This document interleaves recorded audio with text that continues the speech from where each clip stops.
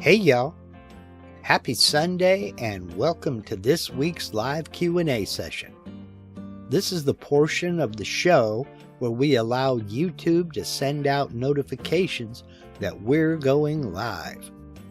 If you're watching this live Q&A on replay, please scrub ahead until this graphic disappears and the actual show begins. If you're watching live and you have any comments or questions, please go ahead and put them in the live chat. But for now, grab a beverage, sit back, and relax while the countdown timer does its thing. Then we'll get started.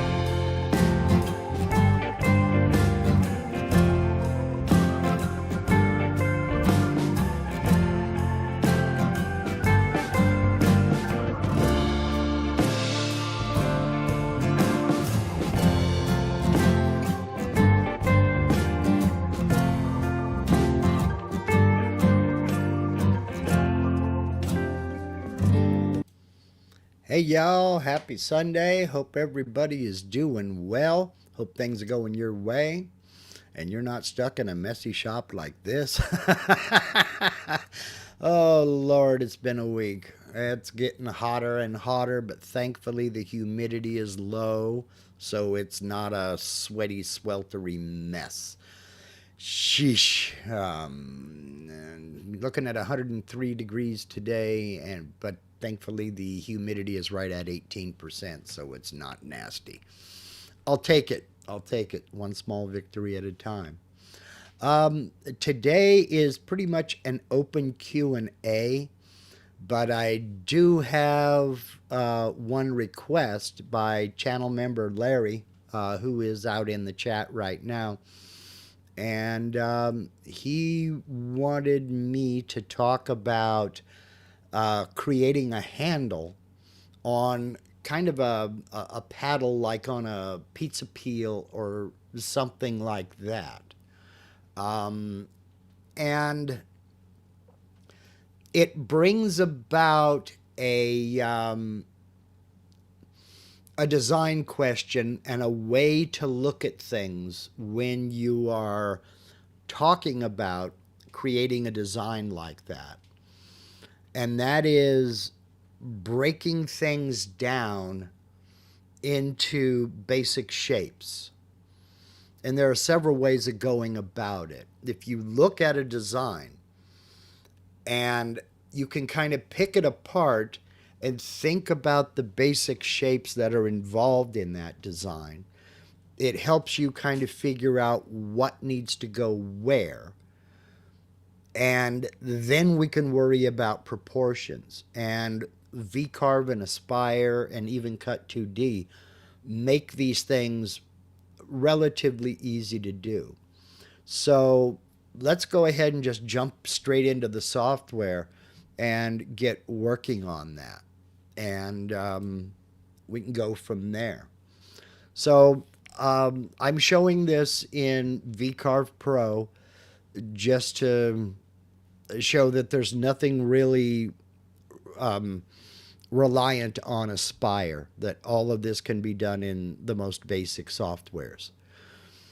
And so we're going to look at breaking down a paddle like a pizza peel or something like that.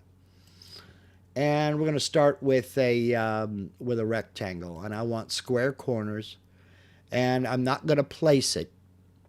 I'm just going to come out here and I'm going to freehand draw a paddle shape, and we'll start with a rectangle out about, let's go about like so.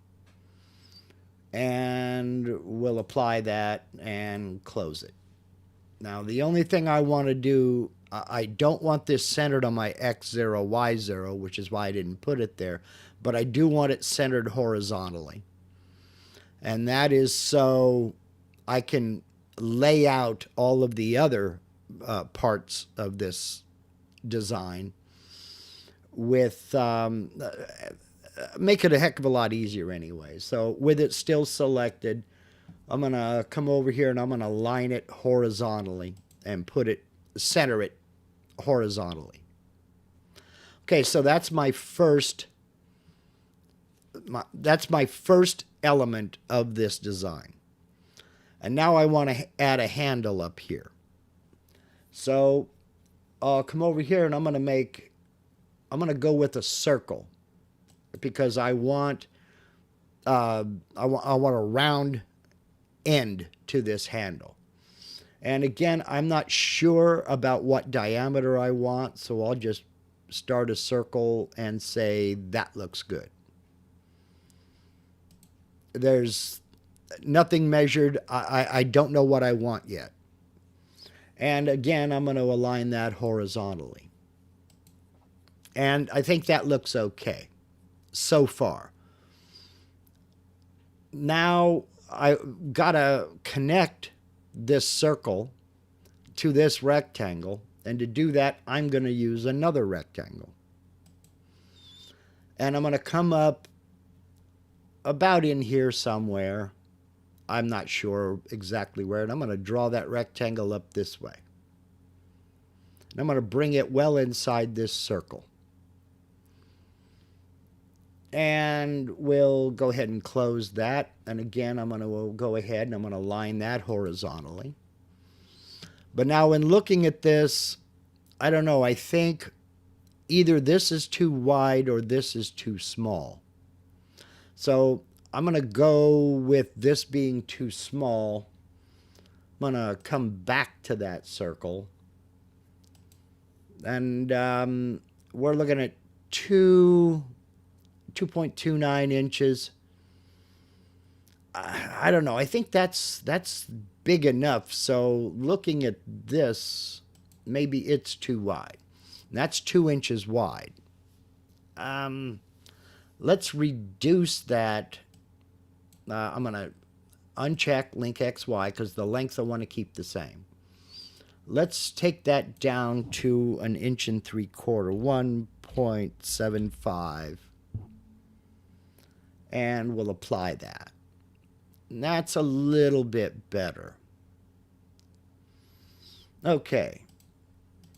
So I've got all my elements to this. I've got all my basic elements to this design. Okay.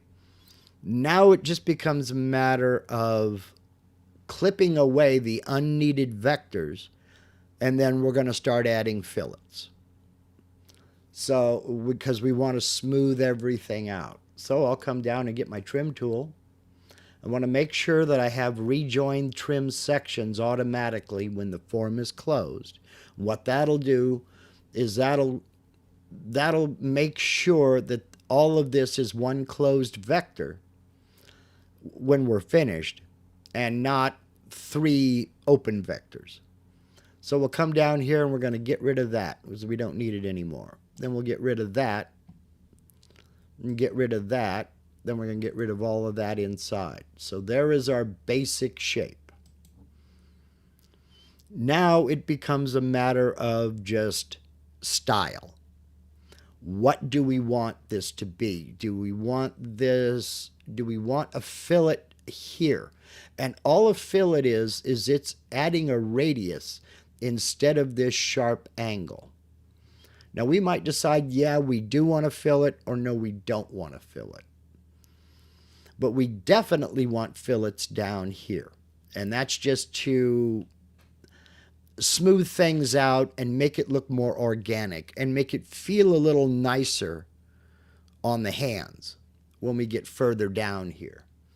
So we'll come down here to the fillet tool, and we want a normal fillet, but I'm not really sure what diameter here. So we're gonna experiment a little bit, and we're looking at a tool radius. We're not looking at the diameter. I'm going to experiment a little bit. Let's go with 0.5 and let's see what that does. We'll come out here and you see how my cursor has become a curved shape with that plus sign. I'm going to bring that down to this inside corner and you'll see a check mark pops in. That's letting me know that this corner, I can apply a fillet to it. Not all corners are appropriate for a fillet. And I'll click on that. And that looks okay. I'm going to do the other one just to see what we get. That does look okay, but maybe I want a little bit more. So I'll Control Z. And let's change that to 3/4 inch instead of a 1/2 inch. And we'll come in there and we'll do that. And we'll do that. I think I like that better. That looks a little bit more organic. Now, that's a fillet on the outside corners. Let's see. I want to round these edges off. And I could have done that when I created the rectangle. But I wanted to get an overall view of what that's going to look like before I didn't know what kind of a fillet I wanted here. So I didn't know what kind of a radius I wanted out here. But now let me try this 3/4 inch fillet and see what we get on the inside corner. And, well, that looks okay. But I think I might instead want to try something a little bit bigger. So you have a couple of ways of removing a fillet. And one is I can Control Z to undo what I just did. But if I've already gone beyond that and I can't Control Z back far enough, or I've already done a bunch of work out here that I don't want to undo, the way to get rid of a fillet is come back up here to that fillet and you see the X and my cursor changed into an angle. I can undo that fillet by simply left clicking. Now I can come up here and let's go with a 1-inch fillet, 1.0, and we'll try that again. I think that's a little bit better personally. And then we'll do down these corners here. Okay. But now we come up here to this, and I've left this for last because I'm not sure what I want to do here. Now, this is an outside corner, or an inside corner rather. I can apply, let's try a 1-inch fillet, and that smooths it out real nice. I think I like that. I think I like that. Now, that may be too much for some, but you don't, there really aren't any rules as long as you get that check mark when you go to apply that fillet.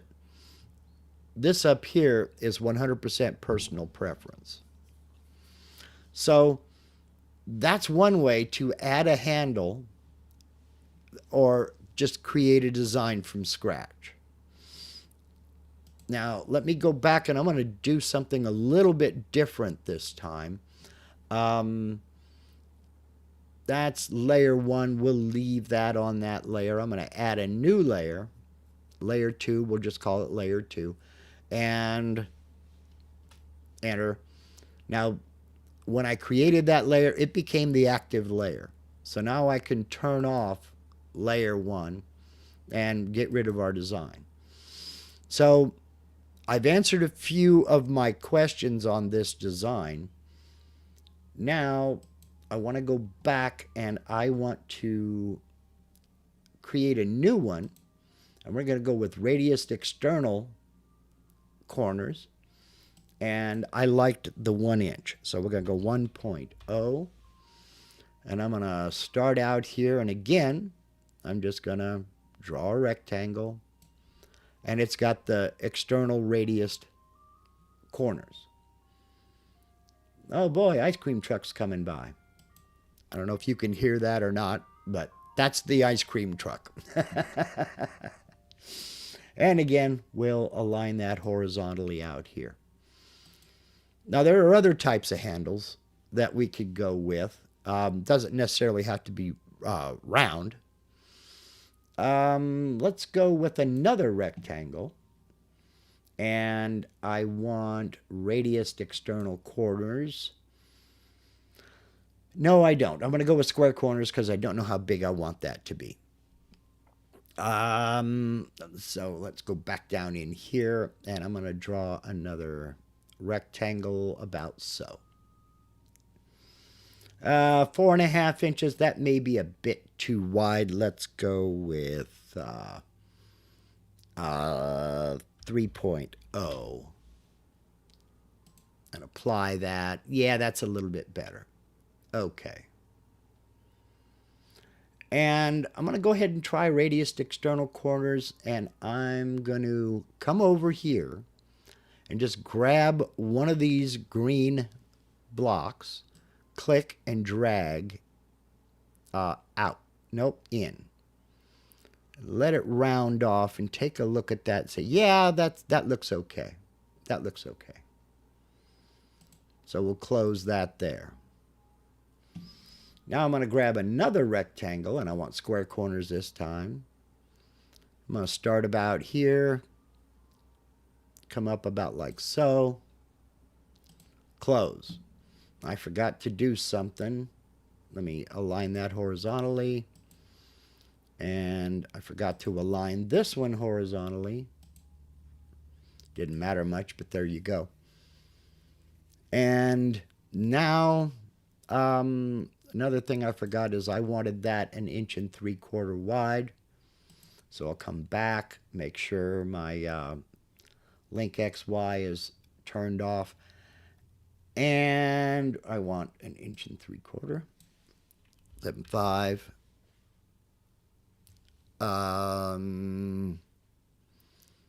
And we'll apply. Made that a little bit wider. Okay. And we'll close it. Now, again, we just come back and we start clipping away vectors that we don't need. We don't need this in here. We want to join that there. We don't need that there. And we want to join that up there. So now we've got that type of a handle. So I could either apply these rounded edges, these rounded corners, while I'm creating the rectangle, or if I'm not sure what I want, I can leave the square corners and then come down and add fillets. Speaking of fillets, let's go do those. Now, I had decided I liked the 3/4 inch fillet there, but I want to experiment with the 1 inch, so let's see what that looks like. If I do that, that may be a little bit more appropriate. That looks okay. But now I'm faced with this inside corner here, and I've got an inside corner, but I've also got a round, a radiused corner. Now, when I bring my cursor up here, I can remove that fillet. I can remove that radius and make it a square corner if it becomes a problem, even though I never added a fillet here. I just created radius corners on my rectangle. But within the fillet tool, it will treat it as though it was a fillet. Whoops. Control Z. But you also see what I just did. I just eliminated the whole thing. Control Z, and let's Control Z to undo that fillet. So, now I got to look at what I'm doing down here. I've got a 1 inch fillet. I don't remember what this radius was. What is this going to look like if I put that fillet there? I think that's too much. That looks okay for a boat oar, but I don't think that looks good for a pizza paddle. And that's just my opinion. So I'll Control Z to undo those, and let's bring that down. Let's try 1/2 inch. 0.5. And then come back up here. That's a little bit better. That's a little bit better, but I think it shortens up the flat area here a little bit too much. So Control Z, and let's go with 1/4 inch. And we'll do that. There we go. That's better. We've left that shape intact, but we've still rounded off that square corners. So that's a couple of different paddle designs, a couple of different ways of making handles and adding them. Now, if you wanted to really, really get silly with this, let's go ahead and do it this way. I will center this vertically and horizontally. Well, that didn't do what I wanted it to do, but that's all right.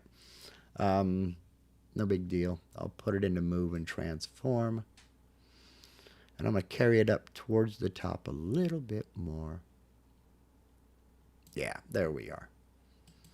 All right, now I want to draw a line here on my center. Oops. There we go. No. Oops. Control Y to redo that.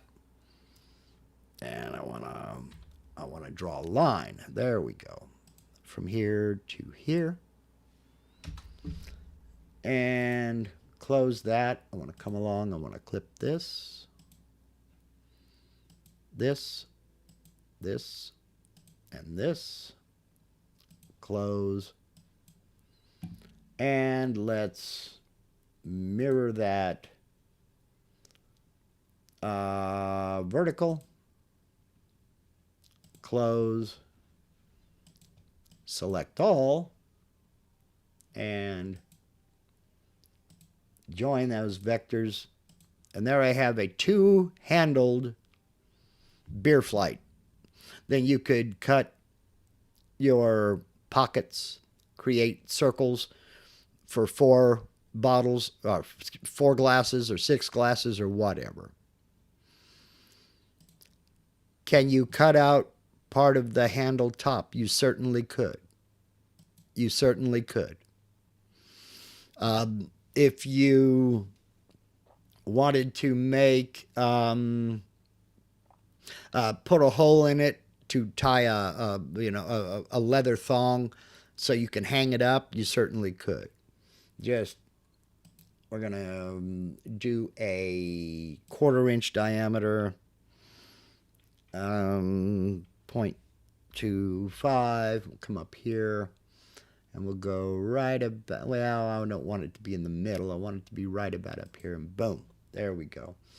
And there's a hole to drill for a leather thong. You know. Just to lighten some of the clunkiness of it. Well, I mean, you know, it's all about, it's more about the process than it is about the design. The design is, it is what it is. My overall thing was to think of coming up, approaching the design in its basic shapes, in that these handles are nothing more than, let me get back to them here, see if I can.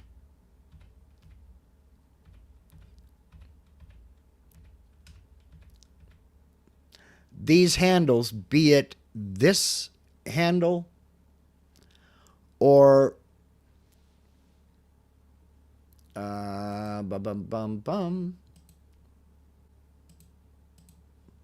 or this handle, are nothing more than a rectangle, and a circle. And this one is nothing more than a rectangle, and a rectangle.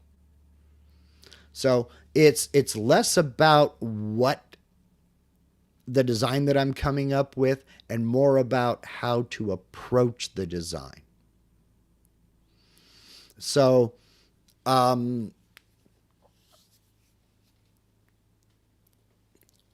taking that approach and applying it makes breaking down the design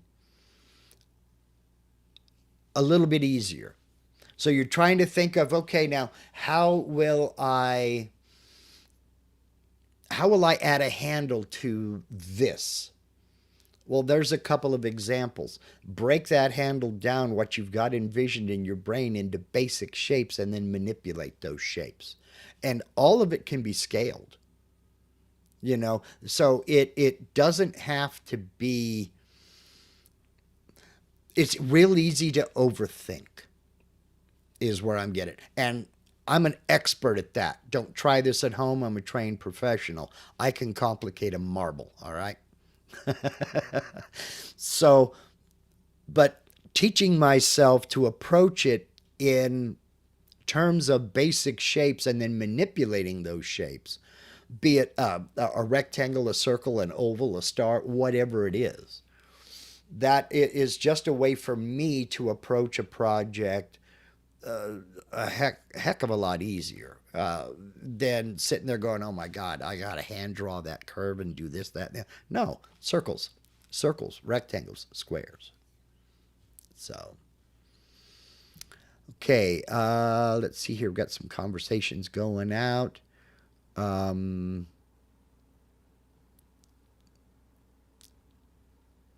Okay. Sam Spade. I'm engraving HDPP. I think he means HDPE and want to add epoxy to the engraving. You have an issue, Sam. Nothing sticks to HDPE. Nothing.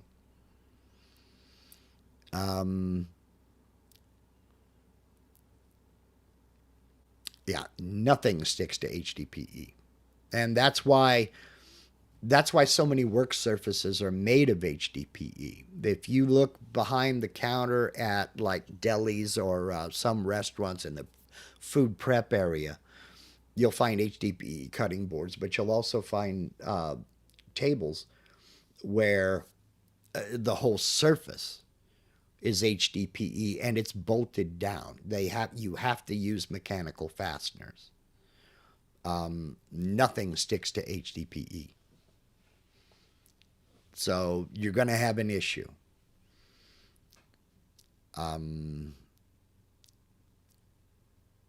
Yes, I did see the second part. And I'm trying to scroll back up here. Can you use a small drill to cut into the engraving below the material surface to create a hole that would hold the epoxy into the engraving? I see what you're getting at, and you can try it, but you're kind of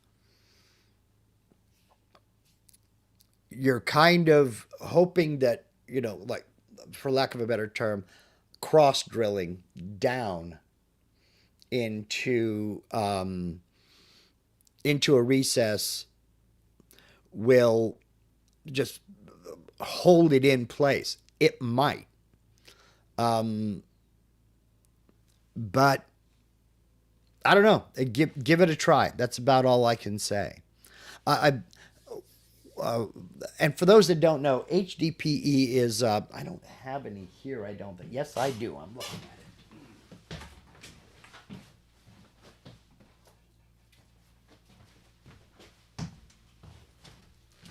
All right.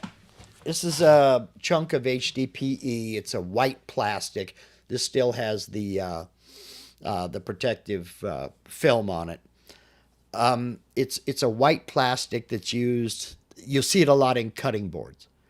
Your typical big box store cutting board is HDPE, and it's high density polyethylene. There is an LDPE as well, low density polyethylene, and low density polyethylene, the best example of that is something most of us use every day, plastic shopping bags. Plastic shopping bags, that's low density polyethylene.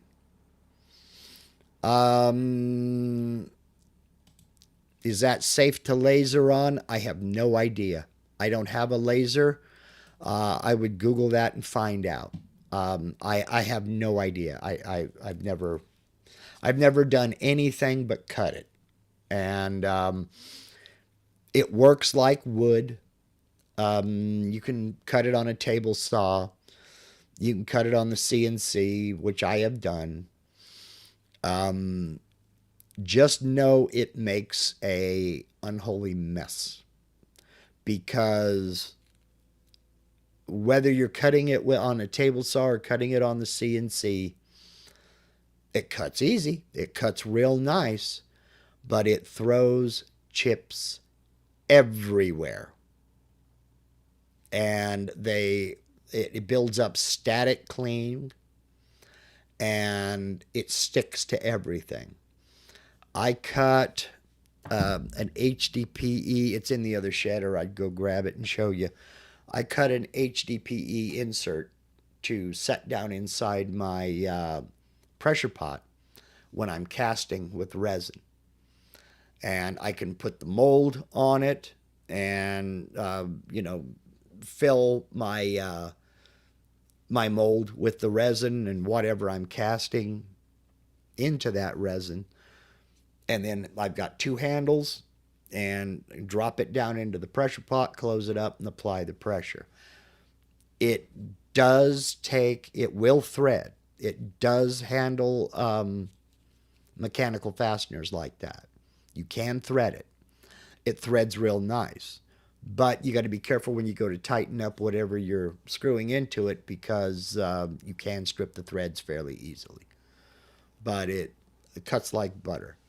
And I just used a half-inch straight bit, half-inch diameter straight bit.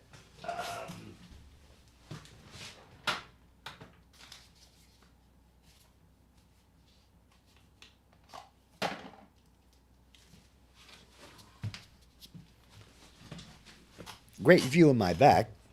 That beast right there. And it cut nice. But again, it throws chips everywhere, and dust collection is key. You will need dust collection.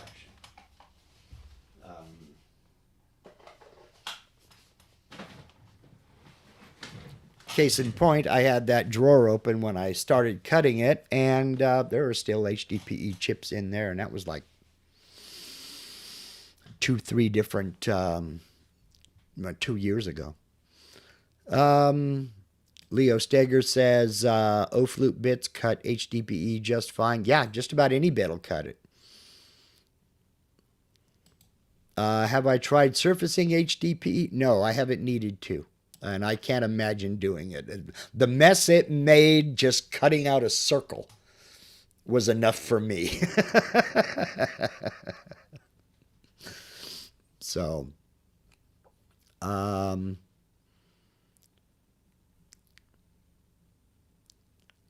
a lot of debate about whether or not you can cut HDPE on a laser. Personally, I think the CNC is the better way to go.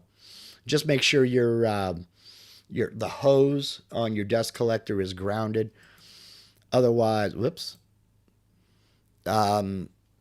Otherwise, you're going to have a mess. Well, you're going to have a mess no matter what. It's just trying to get it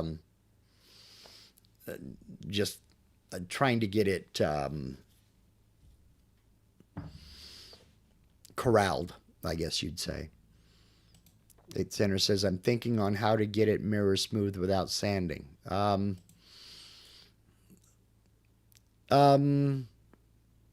Well, you could just surface the backside that won't be seen, but if both sides are going to be seen, I don't know. I don't know that you'd be able to get it nice and smooth and shiny without some sanding. And I don't know if it'll polish. I have very, very limited experience with doing anything other than just cutting it out.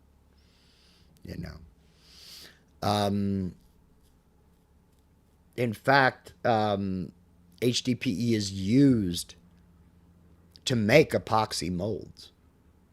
So, how about heat? I don't know. I really don't know. I don't know what the melting point of HDPE is. I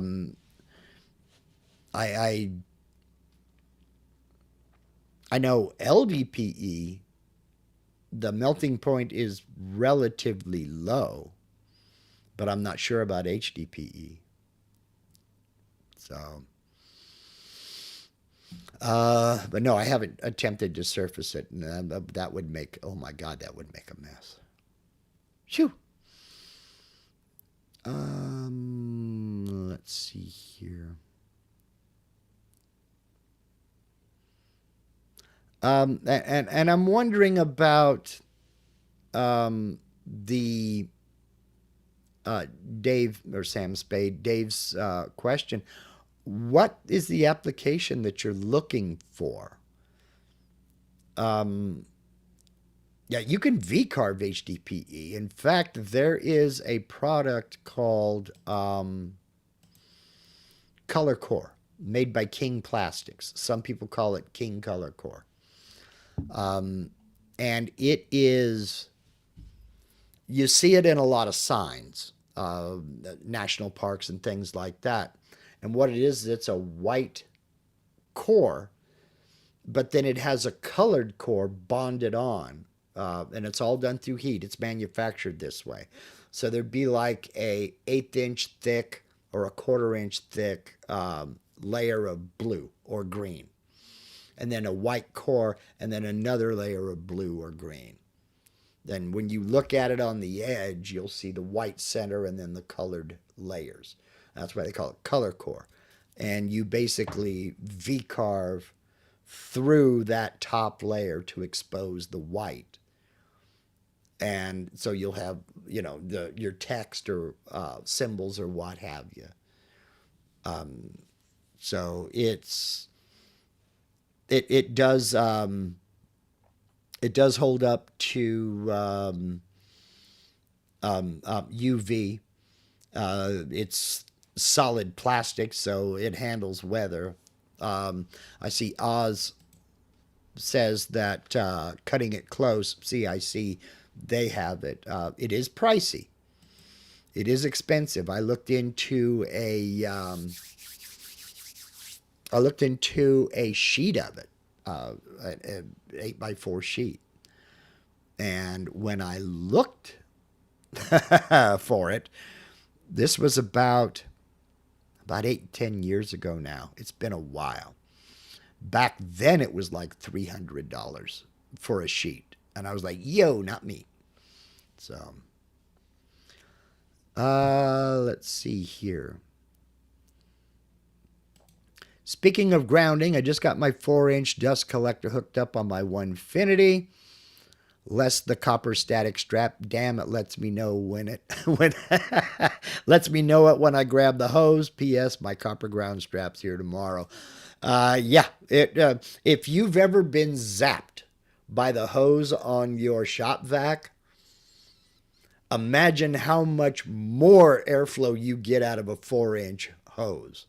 And people say, you don't need to ground your dust collector hose. You're not going to cause an explosion. No, it's not about causing an explosion. It's about getting zapped.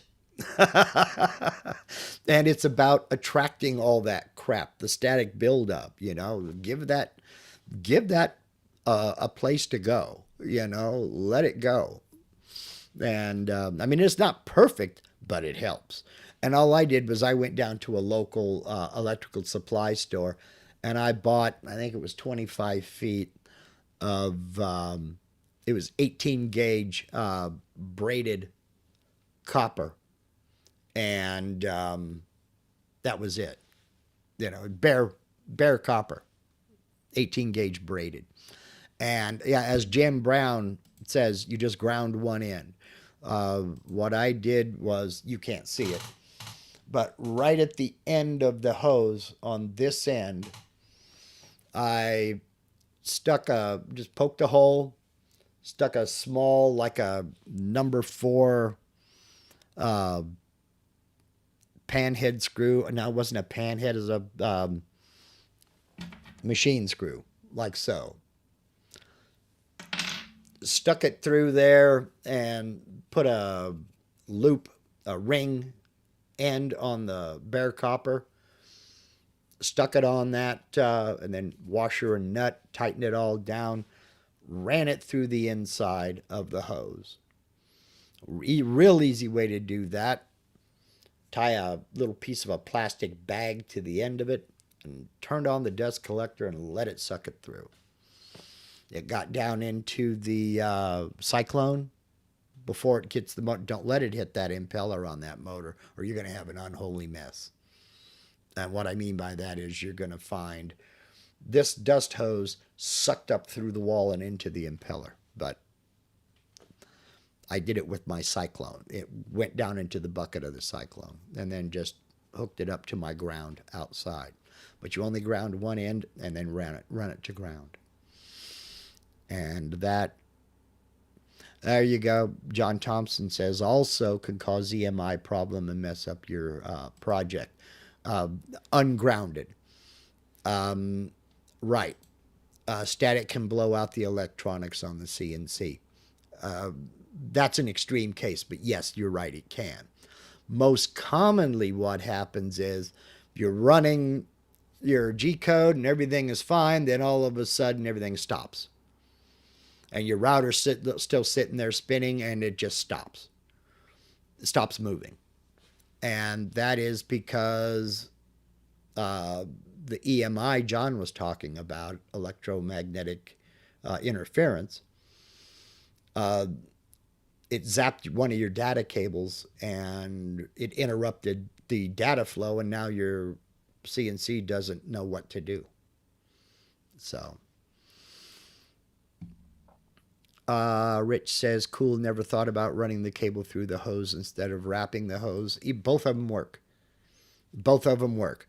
I ran it through the hose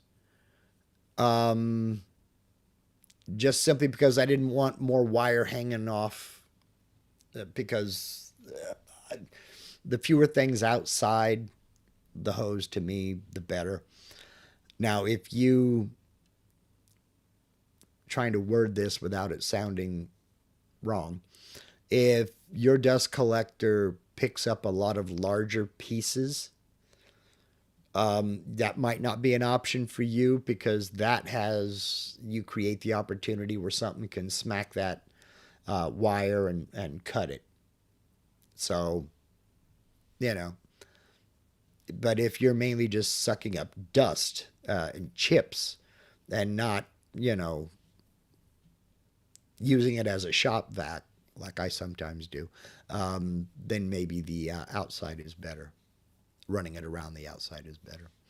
So, okay, I'm going to go back up here and check for something, because Marie had a toolpath question. And she says, you know how when you do the finishing pass, and there are 2 finishing passes. Yesterday I went to run the preview for the first finishing pass, and the second one showed up in the toolpaths at the same time. Yes, that is basically what it's supposed to do, depending upon how you have it set up. Okay. Let's go back over here to the software. And we'll jump over to the Toolpaths tab. So you're talking about a 3D finishing toolpath. And that all depends on how you set it up. You notice up here in my tools, I have 1 tool selected. So when I calculate this toolpath, I'm going to have 1 toolpath show up down here in the toolpath list. Let's go over here to clip art and let's throw something in the let's throw Billy Bass out here, and we'll rotate him. Well, we'll go ahead and make him a little bit bigger, then we'll rotate him, and we'll drop him approximately in the center. I guess that works. Let's go to design, and we'll center him horizontally. Hey, got it. All right. Okay. All right. So we've got Billy Bass out here, and now a material thickness. We're good. We're good. We're good. The model is thicker than the material. I don't need a lot of height, so we'll go with 0.25 on the model height. Okay, I can close that. We're good. I want the model up here, 0.01. And no, I'm not going to do that. Let's just go with no gap. Delete. I wouldn't do that, but anyway. So I've only got my 1/8 inch ball nose here. And when I go to calculate the tool path, oh, that's my selected vector. Calculate the tool path, and I have 1 tool path here. Now what you're talking about is you've got 2 finishing tool paths. I'm going to add a 1/16 inch tapered ball nose. Select. So now I have 2 up here. Calculate. And that created 2 tool paths. That's what it's supposed to do. You notice both of them are selected. Remember, this is, wrong. I have 2 visible. Remember, highlighted out here is selected. Check mark here is visible. So if I say preview selected toolpath, it's going to run this one. If I say preview visible toolpaths, it's going to run everything with a check mark. If I say preview all toolpaths, it's going to run every toolpath in the list. So it just depends on what you're doing and what you're seeing. If you didn't want 2 separate toolpaths down here for one for each bit, then you go back in here and you remove that bit, calculate, and it took away that second toolpath in the list. So it sounds to me, Marie, like it's doing exactly what it's supposed to do. That you have, going to the toolpath, you had more than 1 bit in here. And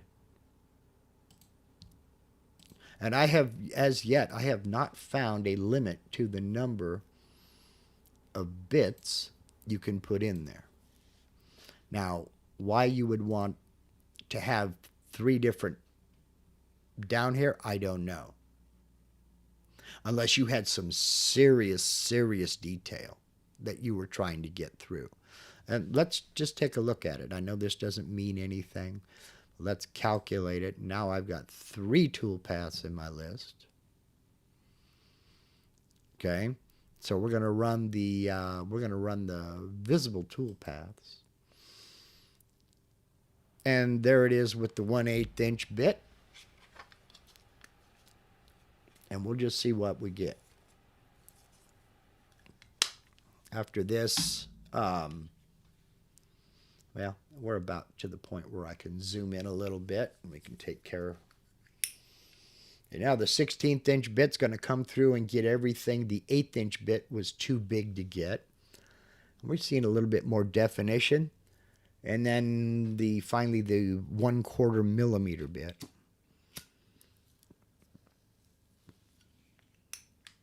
And there we go. That's done. So I don't know that this really took care of anything. Yeah, it got a couple of little areas down here. And that's about it. But the 1/16 of an inch bit, yeah, it did more out here and inside the mouth.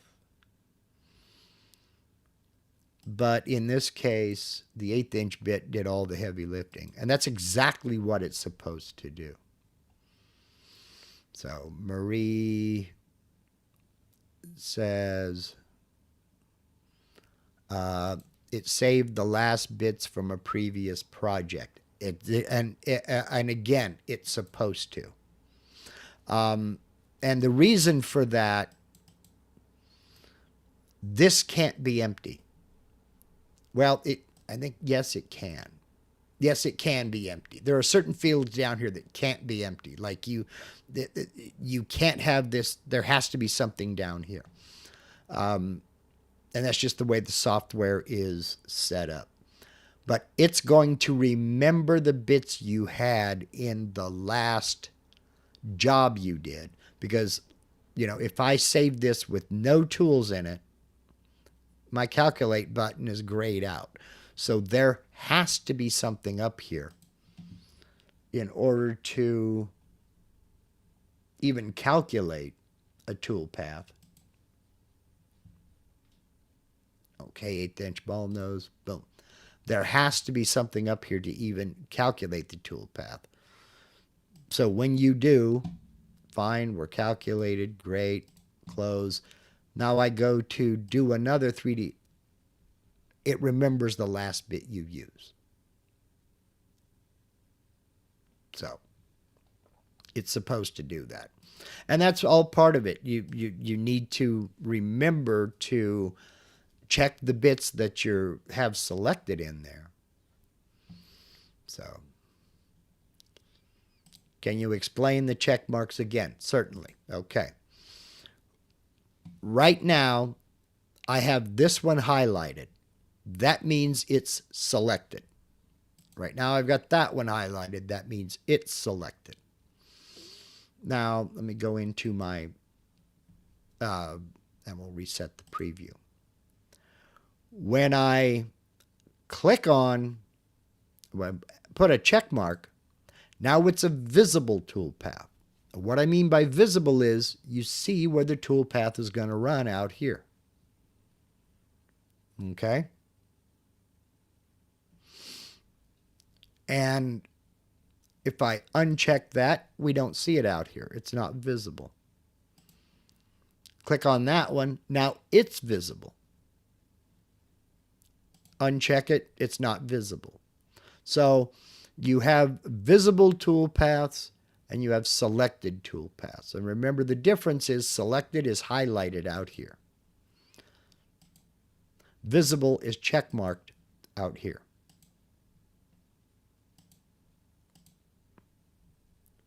Okay. Now, Michael Koenig had a question. How did I get the alignment panel down here? Well, what you'll do is you'll come up here to the, under Transform Objects to Align Selected Objects. Click on that and you go right down here to the bottom.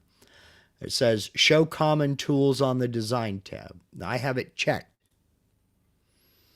And now I've got, I'll close, and that alignment area is gone. And this is the default. That's how it comes from Vectric. But you go up here and you click on that, click Show Common Tools on the Design tab, close. And there's my Align Objects. And it shows you the most commonly used tool. So, the most commonly used tools, rather. And I just prefer it. So, Marie says, why the two choices? Okay, this is going back over here to the Toolpaths tab. Well, because you can only select. Let me double check to make sure. Yeah. Because you can only select one toolpath to run at a time. But if you want to run 2 or 3 or 4, if you've got 10 toolpaths down here and you want to run 3 of them, you can put a check mark in those 3, and then up here you can preview those 3. You don't have to run all of them to get to those 3. So you have a choice on how you preview. So let's say I've got the 3D roughing, a 3D finishing. In fact, let's go ahead and get rid of this one. I'll right click on this one and I'll delete it. But close. Let's do a roughing toolpath. I don't even know what I got. It doesn't matter. Okay, terrific. My roughing should go before my finishing. And then I've got a profile toolpath. Using that vector, and I'm going to go z equals, and we'll cut to the outside. That's good, and we'll calculate that. And then I've got, let me rename that here. We're going to call that cutout. And we'll close that. I'm going to do another profile with a cut depth of 1/4 inch. And I'm going to select a 1/4 inch round over bit. Select that. And we're going to go to we're going to cut on the vector for that one. We're going to calculate. I should have named that round over. And we'll move that one up. Okay, so I want to preview the round over and cutout at the same time, but I don't want to look at these. Now, I can very easily just select round over, preview that, then select cutout and preview that. But if I've got a list of about 6 or 7 toolpaths somewhere in the middle, and I want to preview them all at once, I can come along and put a check mark on both of them, and then preview the visible toolpaths, and it skips those 2, but it previews both of those. So I can see what I've got going here. Okay? That's why the difference. That's why 2 choices. So, okay. So, see, well, we've been going for about an hour. We're doing all right. Wendell says, an FYI, YouTube pushed to me a Vectric Labs video of kitchen utensils. Basically, it was a 2-sided solid model creation and editing video. I thought Vectric tools were very powerful on this. Yeah, they are.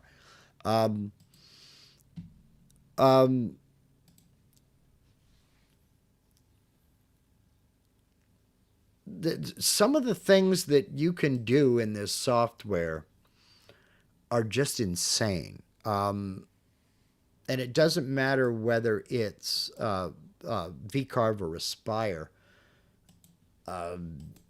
There are a few of my channel members who will tell stories about this when they went to the Vectric user group meeting in Texas last year. They were talking to the people, you know, Becky and Todd and Edward and the folks who were there. And Edward said something to one of the channel members about he is constantly surprised by the things that people will bring them. And it's like, you did this in our software? Really? You can do that?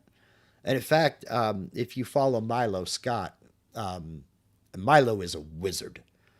I mean, I don't know. I hesitate to call him an evil genius because I don't think he has an evil bone in his body. But Milo is an absolute wizard, especially on the rotary axis. You want to learn how to use a rotary axis? You want to learn how to create and edit post processors? You go talk to Milo Scott. You go talk to Milo Scott. Get on Facebook, friend request him. You'll be blown away. The man will take he's got his rotary set up to where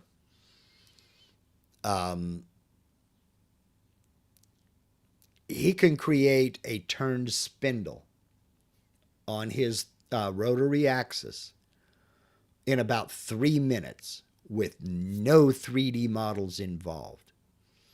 He'll just take a profile, just draw up a profile in VCarve Pro, and then cut that profile while his rotary axis is spinning at, I don't remember how fast, how many RPMs he is.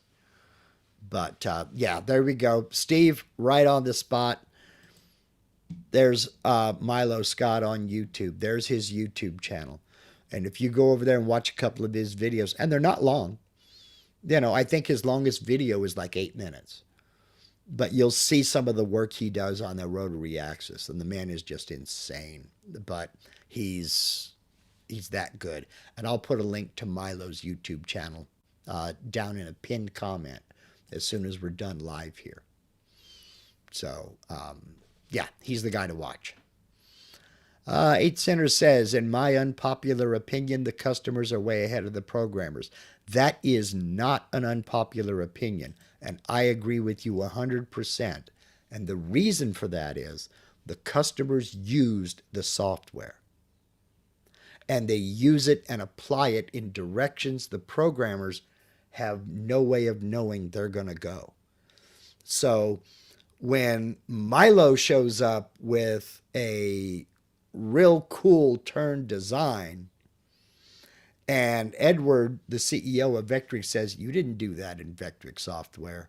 Milo brings up a video and says, "Yes, I did, and here's proof." So it's, I agree with you 100%. The customers are way ahead of the programmers. And, but then again, that's one of the things that makes Vectric a little bit different, in that they do have, they call it a lab, and they've got 3 CNC routers in there, and the employees, the programmers, the designers, the modelers do go out and cut projects. So they're learning along the way as well what the end user like you and me have to go through. Because as well as I do, there are things that look fantastic on paper. And let's make this little spinny bit do this, and let's make it pretty and do that. But they never actually go out and use it. That's why I like to see a lot of these Vectric videos, because you got people like, you have to go back a couple of years, but you have people like Stephanie, who is marketing. She's got nothing to do with programming. She went out and she cut a project for her own wedding. So I like that, in that they get people who are developers, and I hesitate to say office staff, because it sounds like they play a minor role, that they don't. They play a major role. But getting them out of those cubicles and into the lab to cut stuff, that's a different company. I don't see Autodesk doing that. Maybe some of their development team does, but certainly not all of them. And if you've ever tried to navigate Autodesk software, you know what I'm talking about. This was obviously designed by somebody who's never had to use it. So that's one of the things I like about Vectric, and I hope they never change that. I really do. But overall, in general, 8 Center, I agree with you 100%. The customers are always going to be ahead of the programmers, because the programmers don't know how it's going to be used, because most of them have never had to use it. So, yeah. The only thing you and I disagree on is that opinion being unpopular. I think it's very popular. I mean, how many times have you been frustrated by a bolt on the engine of your car? And it's like, this was definitely not designed by somebody who had to remove this,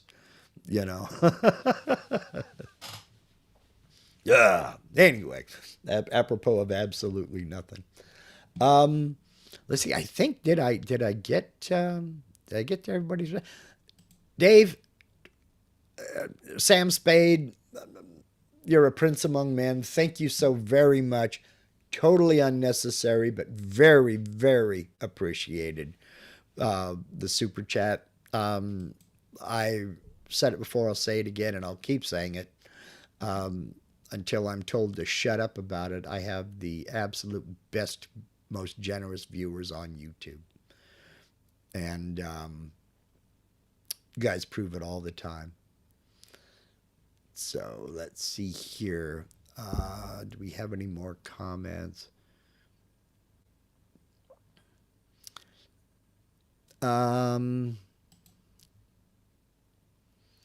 Never had a car. I'd rather have a ship. But yeah, I hear you. Yeah, well, Okay. Never had a car? Really? Wow. Okay. Leo Steger, do you know anyone who uses the laser option in Vectric? Not personally. I don't know anyone who uses the laser module. The problem with the laser module, it is very specific. It only works with certain lasers. I have the Avid CNC. I don't have a laser. They do offer a laser, but the laser, they don't use the Vectric laser module. They have their own. You design in Vectric, but it's their own module that you just tell the the software, when you assign tools to it, you have a laser, and they tell you how to do it. You have the laser put into your tool database, and then Avid, the G code assigns all the stuff that you're going to do with it. So I don't have the laser, so I don't know what I'm talking about, other than to say that no, I don't know anybody with the laser attachment. So okay, I think I'm just nattering on. So I'll address Rich Bratcher's question today, or question right now. Mark, is the husband and wife team still on board for tomorrow's members chat? Yes, they are. Tomorrow, channel members, Larry Viner and his gracious wife, Kelly, are going to be doing a presentation on finishing. All right, now get this. Finishing 3D card projects with wax of various colors. This is a cool process. If you have ever seen any of Larry and Kelly's work on Facebook when they post photos or things like that, the only thing I'll get them on is they don't send me many photos. I don't see many photos of their work. But if you ever see photos of their work, you know it is absolutely mind-blowing.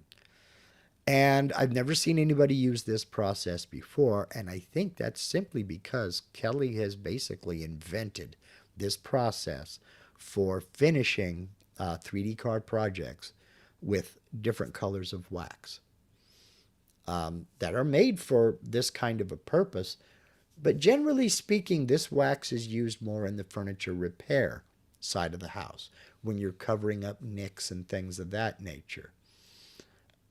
Kelly has taken that and run with it. And she, much like Milo Scott, when told you can't do something, it's, oh, really? Hold my sweet tea and watch this. She was told by, I won't get into her secrets, but basically she was told, oh, you can't do that with this. And she just said, oh, yeah. More to that. So you want to, if you're a channel member, you want to be here tomorrow. Larry and Kelly are going to go through their process and do a demonstration. And I guarantee you, your mind will be blown. So, no, this is kind of sort of like painting 8 center, but that where's Steve with the links to her work? Well, it would be a Facebook link, and I'm not Facebook friends with Kelly, so I don't have any pictures to show you. But I will have pictures to show the channel members tomorrow. Steve's not slipping. This is a members-only perk. Now, if I'm not going to commit anybody to anything right now, just to say that it may not be members-only down the road. That's all I'll say. All right, let's go ahead and wrap this up. Again, channel members tomorrow. The reason you haven't gotten your email notification is because I have not set up that live stream. When we're done here, I will go create that live stream, and you'll get your YouTube notification that I've created it. If you don't have your notifications turned on, number one, shame on you. You know, click the bell in the members only and check the all notifications in that pop-down menu that comes up. If you don't want to do that, that's fine. Navigate over to the Posts tab on my YouTube channel, and that's where I put the link. It's right there. So, next Sunday, I have absolutely no idea what we're going to do. Um, today's topic was suggested by a channel member, Larry, who's going to be joining us tomorrow with his wife, Kelly. Um, so that's where you come in. Let me know what you want to see. If you have somebody you'd like to see me have on as a guest, give me guest suggestions. I'm always got an open mind. And I've got a guest suggestion that channel member Carrie has suggested to me. I'm working on it, and we'll see what happens. If you have a suggestion for somebody you'd like to see on here on the public side, let me know. And I'll go check them out, see if they're willing. I've had a few people say, yeah, thanks, but no thanks. All right, that's fine. I'm not for everybody, and I get it. But always willing. Leave me a comment. You got a show suggestion? You want to see something I haven't covered? You want me to stop covering something I've covered too much? This has never been about me. It's always been about you. My whole mission here is to show you that this is not over your head, that you can do this if you want to do it. If you're willing to sit down and get into it, you can do this. There's no secrets. There's no magic. It's just repetition. Just like learning to play an instrument. You have to practice to get good. So anyway, thank you for spending part of your Sunday with me. I greatly appreciate each and every one of you. Thank you again, Dave, for the super chat. And channel members, I will see you tomorrow. Yeah, y'all take care. Have a great rest of your weekend.